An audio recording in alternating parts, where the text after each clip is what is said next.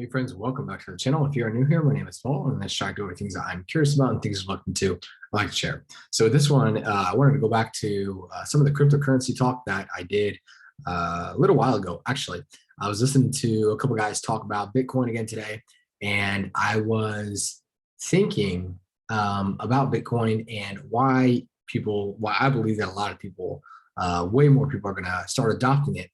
But then I started thinking about the other thing, and that's this: the more that people adopt it, the more that you're going to hear about more and more people becoming wealthy because other people are adopting it, right? So pretty much because certain people got in early, they are going to benefit obviously greatly because it's going to keep going up, I believe, significantly higher than it is right now.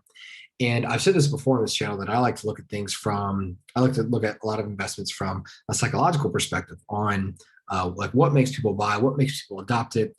And a lot of the reason is because people are really buying into the story of a business or an asset or whatever it is. They're buying into the story of that thing first. Eventually, then it becomes, sustainable and whatnot. But really, people are buying into the story of a thing more than anything else. They're buying into a story.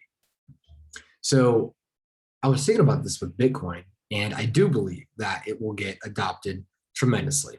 But the other part of me that was thinking about this, because a lot of the Bitcoin people that swear that it's going to be used everywhere, they're the ones who are going to be benefiting the most compared to the people who come in maybe like a decade. And I believe by the time a decade comes in, you're going to have already the majority of the hedge funds in and a lot of Wall Street.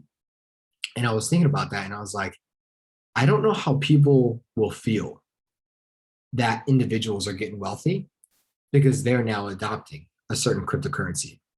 I think it's easy for us to be fine with a country having a hold on a currency. And when, for example, we as Americans, when we say that America gets wealthy because we use a lot of dollars, I think we like that because it's like, okay, America is getting wealthy, great. But when we directly think about in a decade that these certain people who got into Bitcoin 10, 15 years ago are going to be getting richer because I now, the common person, am going to start adopting this thing. And now Wall Street is going to be getting richer just because I adopt this thing. And also, how much Bitcoin am I going to get now in a decade when it's worth however much? And I only have $100 to my name. Do I even now adopt Bitcoin? And is that actually going to keep certain people out because of what it's going to be priced at? It's almost going to be,